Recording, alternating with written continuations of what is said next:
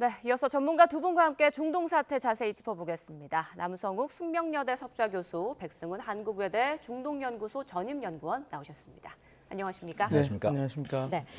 자, 트럼프 대통령 또 유예를 했습니다. 발전소 초토화하겠다면서 5일간 유예를 했었는데 최후 통첩 시한을 하루 남겨놓고 이란 요청에 따라서 발전소 파괴를 10일간 중단하겠다고 밝혔죠. 결론적으로 미 동부 시간으로 오는 4월 6일 저녁 8시가 이제 다음 시한이 된 건데 어떻습니까? 정말 이란 측의 요청이 맞는 걸까요? 뭐 대화가 이루어지고 있는 걸까요? 어떻게 보고 계세요? 대화가 물밑에서 이루어지고 있다고 보시면 될 것 같습니다. 예. 물론 이제 이란은 아직 협상을 하고 있지 않다고 얘기는 하고 있지만 이미 그 중재국 파키스탄을 통해서 미국의 15개 안을 받았고 자기는 그걸 받아들일 수 없다 해서 5개 안을 역제안을 하고 그 과정에서 트럼프 대통령도 여러 가지 우리가 선물을 받고 있다, 그다음에 좋게 협상이 되고 있다 얘기하는 그 과정에서 예. 또 그 24시간 그러니까 하루를 남겨놓고 또 10일 정도 유예를 더 한 것이니 협상이 어느 정도 진척되고 있다라고 보시는 게 맞을 것 같습니다. 네, 협상이 진척되고 있다. 좀 긍정적인 일단 시그널로 보이긴 하는데 이란 정부가 15개 항으로 구성된 그 미국의 종전안에 대해서 공식 답변을 미국 측에 전달했고 미국 측의 회신을 기다리고 있다라는 보도가 나왔습니다. 이 내용 어떻게 들으셨어요? 일단 이제 10일 유예를 했다면 4월 6일이면 다다음 주 월요일입니다. 예. 48시간 5일 다시 10일. 트럼프 대통령이 조급하죠. 매번 날짜를 이렇게 상한선을 놓는 전략이 때로는 유효하기도 한데 때로는 본인의 협상 전략이 노출되거나 아니면 본인이 지금 내가 다급하다 이제 그런 양상인데 15개 항과 5개 항, 즉 미국은 15개를 요구를 했는데 도저히 이란이 받아들이기 어려운 항목들이죠. 무장 해제입니다. 핵과 미사일 여러 가지. 그런데 반대로 이제 이란은 이제 미국에게 역제안을 했습니다. 네. 5개 항. 그거는 이제 호르무즈 해협의 자연적이고 법적인 어떤 권리를 본인들이 주장하는 거죠. 그래서 전쟁이 끝난 다음에도 이란의 어느 정도의 자체 방위력을 가지고 호르무즈 해협을 통제를 하겠다는 얘기죠. 결국은 이 전쟁의 끝은 호르무즈 해협을 누가 장악하느냐는 것이죠. 트럼프 대통령은 이제 단독으로 하기 어려우니까 나토 아니면 한국, 일본 등 동맹 국가들이 호르무즈 해협을 이용하니까 공동으로 이제 관리하자는 얘기인데 그건 이란을 배제하는 시나리오죠. 이란 입장에서는 이 호르무즈 해협을 장악하는 것이 결국은 이 전쟁에서 지지 않는 것이죠.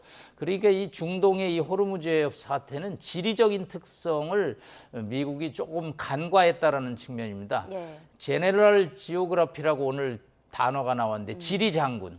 지리적인 문제 때문에 이 전쟁이 끝나지 않는다는 거죠. 과거에 나폴레옹도 모스크바를 공격할 때 마지막에 결국은 추위 때문에 실패했죠. 마찬가지로 지금 이란을 공격하고 싶어도 저 호르무즈 해협이 이제 완전히 파국으로 가면 가뜩이나 이 불안한 유가, 증권, 외환, 무역 어떻게 보면 파국으로 갈 수 있는 시나리오가 있기 때문에 미국 입장에서는 자꾸 시한을 내는데 타협점을 좀 찾아야 됩니다. 미국의 15개 중에 제가 보기에 한 10개는 이란이 절대 받아들일 수 없는 거거든요. 10개나요? 네. 그 무장 해제인데 이란 입장에서는 이 전쟁이 그러면 합의한 다음에 우리를 누가 지켜줄 것이냐는 불안감이 있는 거죠. 그렇기 때문에 미국과 이란이 조금 더 현실적인 차원에서 협상을 해야지 4월 6일이 됐던 5월 14일 트럼프 대통령이 중국 방문이 됐던 합의에 이를 수 있다라는 얘기죠. 네, 교수님께서 미국이 제안했다는 15개 중에서 10개 정도는 이란이 절대로 받아들일 수 없을 것 같다라고 말씀하셨어요. 일단 협상 시한은 조금 번 것 같습니다. 4월 6일까지. 그 안에 과연 대면 협상이 이루어질지 그리고 이 요구안들이 좀 조율이 될지 어떻게 예상하고 계세요? 조율하는 과정에서 또 한 번 유예가 될 거라고 저는 또 한 봅니다. 번이요? 근데 그 유예도 아마 단계가 있을 겁니다. 이번처럼 발전소 시설만 안 때리는 유예가 될지 될지 아니면 조금 더 협상에 힘을 실어주기 위해서 휴전을 하고 나서 협상이 될지 또 트럼프 대통령도 그런 좀 약간 단계 좀 어떻게 보면 이란 쪽에 당근을 줄 수 있는 것들이 있어서요. 예.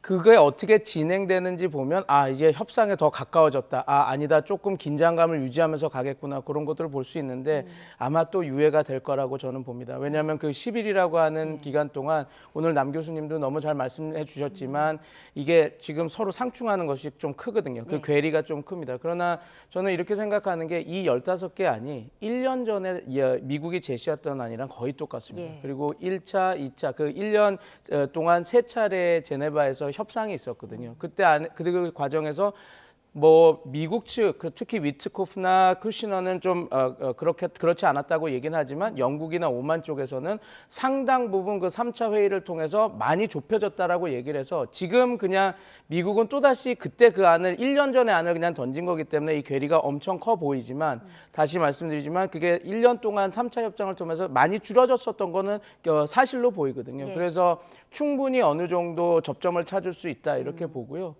지금 미국 입장에서도 이 15개 안을 다 받을 거라고 생각하고 하지는 않았을 겁니다. 특히 교수님께서도 말했지만 이건 국제법에서도 자위권을 지켜줘야 되는 부분이 있거든요. 어떤 군대를 다 갖지 말라라고 하는 것은 있을 수도 없고 일본도 자위대라고 하는 군대를 정상 군대는 아니지만 갖고 있지 않습니까? 예. 그리고 특히 이스라엘이 이란을 공격할 수 있는 제리코 미사일이나 이런 것들이 다 갖춰져 있는데 이란은 이걸 갖지 말아라 이런 것들이 솔직히 말해서 이루어질 수가 없는 거기 때문에 미국 입장도 그걸 다 15개 안을 받아들일 거라고 생각하고 한 게 아니기 때문에 너무 지금 나와 있는 안을 보고 이건 불가능하다 이렇게 우리가 먼저 해석할 필요는 없을 것 같습니다. 네. 자, 트럼프 대통령이 이란이 핵 야망을 포기하지 않으면 최악의 악몽이 될 것이다라면서 이란 석유 통제권 장악을 계획하느냐는 질문에 선택지 중 하나라고 밝혔습니다. 여기에서 말하는 석유 통제권 장악은 뭘 말하는 걸까요? 일단 단어가 이제 미국의 중학교 교과서 한 3학년 수준.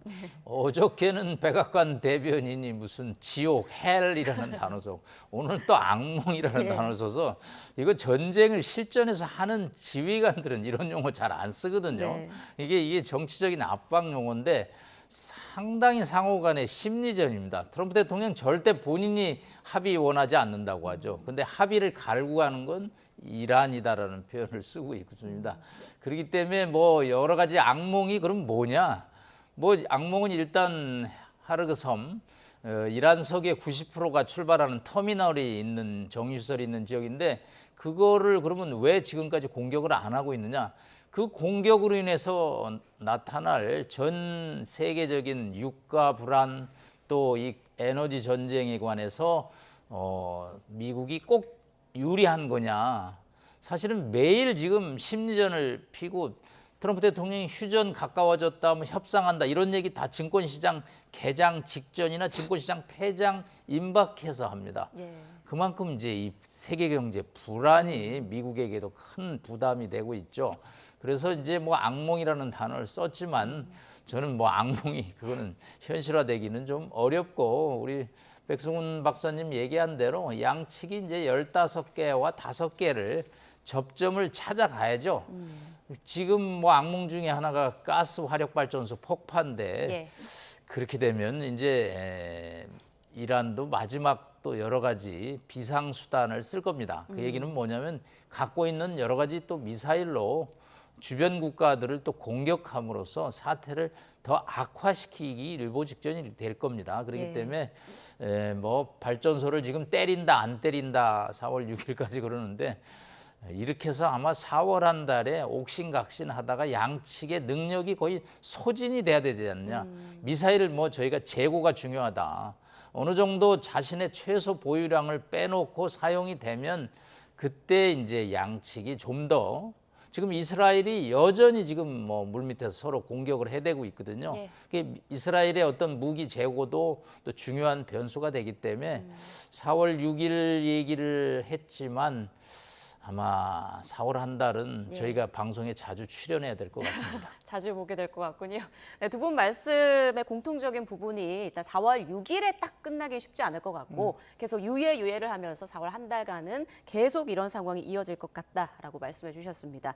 그 미국 매체 악시오스의 보도에 따르면요. 최후의 일격으로 이란 핵심 경제자산과 군사 요충지를 미국에서 타격할 것이다. 뭐 이런 내용이 나왔는데 그러니까 대화가 잘 이루어지지 않으면 군사적 옵션을 총동원해서 마지막 공세를 퍼부을 가능성이 있다. 뭐 이렇게 볼 수도 있을까요? 네, 그게 어떻게 보면 두 가지 측면이 있을 것 같습니다. 이 협상력을 키우기 위해서도 우리가 충분히 이러한 너네들을 끝장낼 수 있는 그런 자산과 그런 역량이 있다, 그런 작전 계획이 있다라는 걸 보여줘야지 이제 그게 지렛대로 작용을 하거든요. 예. 또 그리고 아마 그게 실패한다면 트럼프 대통령은 이런 생각입니다. 이게 되게 위험한 선택이긴 하지만 총공세를 해서 핵시설이나 어떤 그런 이란의 석유 생산 시설을 공격해서 그냥 이란은 자기네들이 끝까지 버틴다 해도 얼마 못 갈 것이다. 그리고 이 이란의 모든 능력은 다 형해화가 됐다라고 해서 그 다음에 이제 선언하고 출구 전략을 쓰려고 그 두 가지를 다 보고 있는 건데 예. 그 후자는 쉽지는 않습니다. 그렇게 공격했을 때 이란도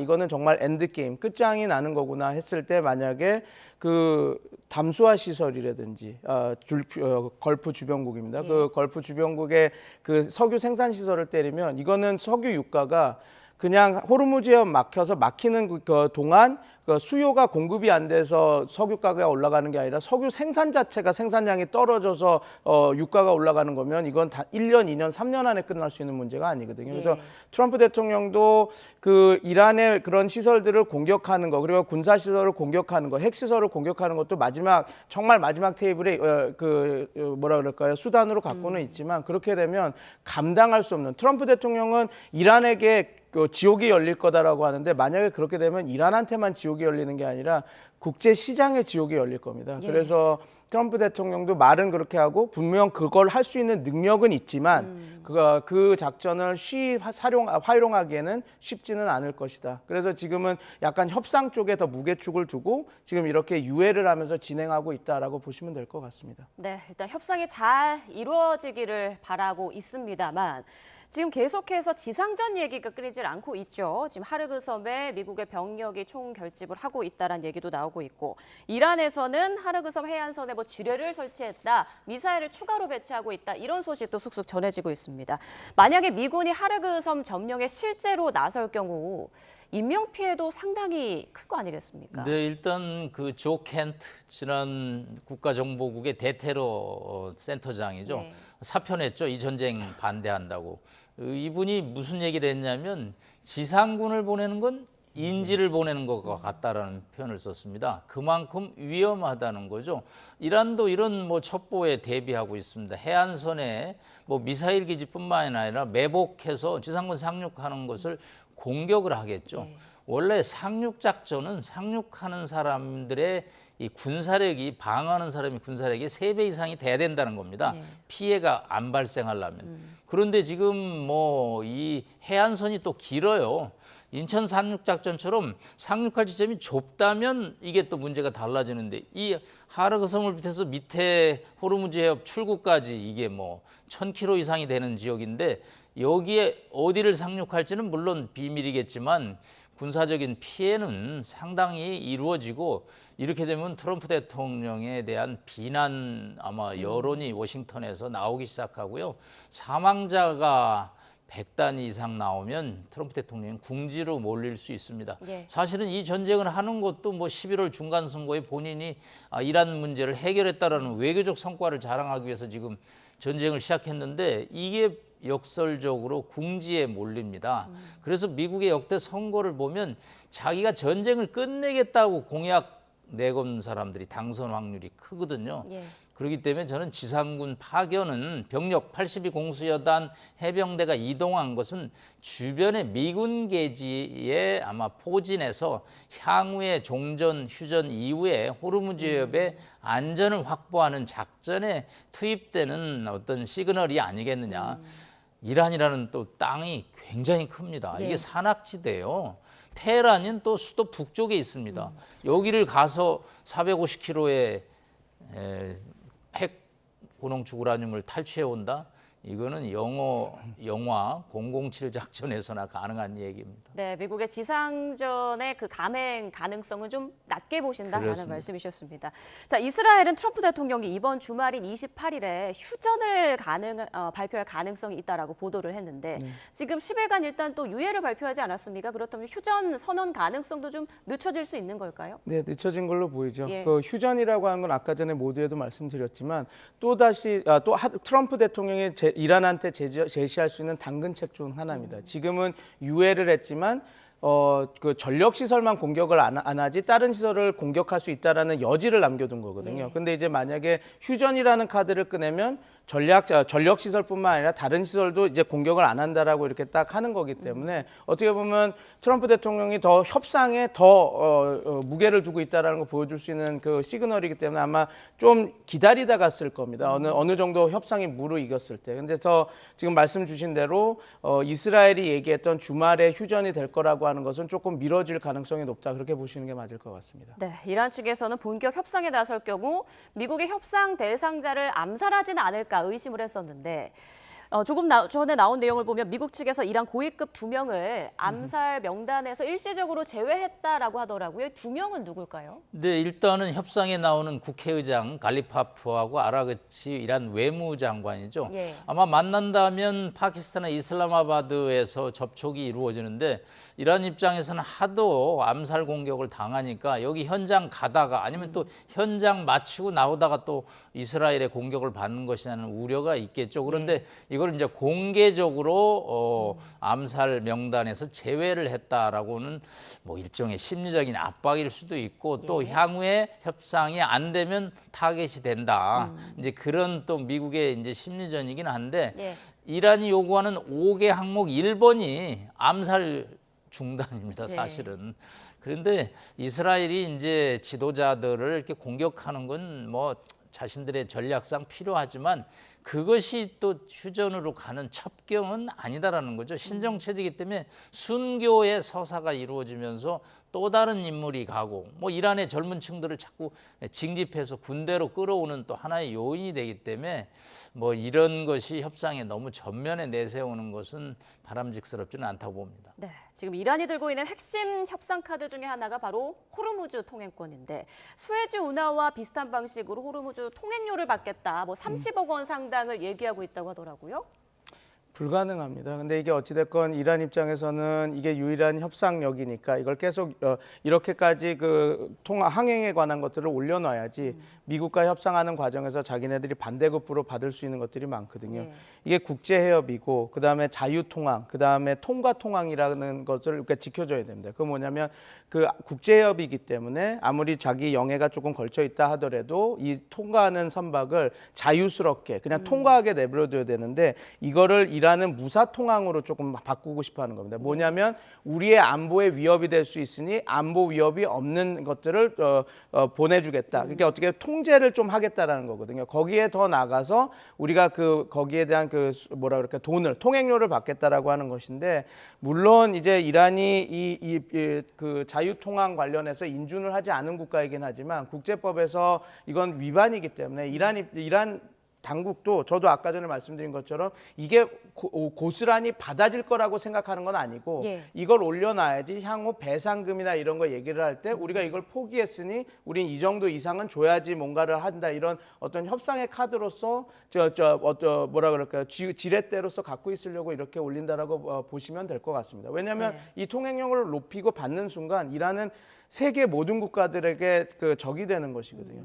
뭐 트럼프 대통령이 그 관세를 올리는 거 자기 마음대로 관세를 올리는 것 때문에 여러 가지 문제가 있는데 그거는 패권국이나 가능한 거지 이란이라고 하는 또 자기의 석유를 팔아야 되는 입장에서 통행료를 이렇게 걷고 한다 그러면 당연히 우리나라나 다른 나라들이 그 이란 석유가 아닌 다른 이게 지금은 석유를 수입할 수는 없지만 그런 여러 가지 문제들도 다 겹쳐 있는 거라서 이란도 이것이 실제 가능한 것이라고 생각하는 것보다는 자기네들이 향후 협상력을 높이고 자기네들이 그거를 포기하는 대가로 얻을 수 있는 반대급부를 많이 극대화시키기 위해서 하는 하나의 그 외교적 수사 그리고 뭐라 그럴까요? 그 지금 협상 과정에서 나오는 삿바 싸움이라고 보시면 될 것 같습니다. 네, 지금 뭐 양쪽에서 자신들이 원하는 최고 수준의 것들을 내놓고 있는 상황이기 때문에 이걸 고지고대로 볼 필요는 없다. 앞으로 좀 차츰차츰 조율이 이루어질 것 같다라고 말씀을 하셨습니다.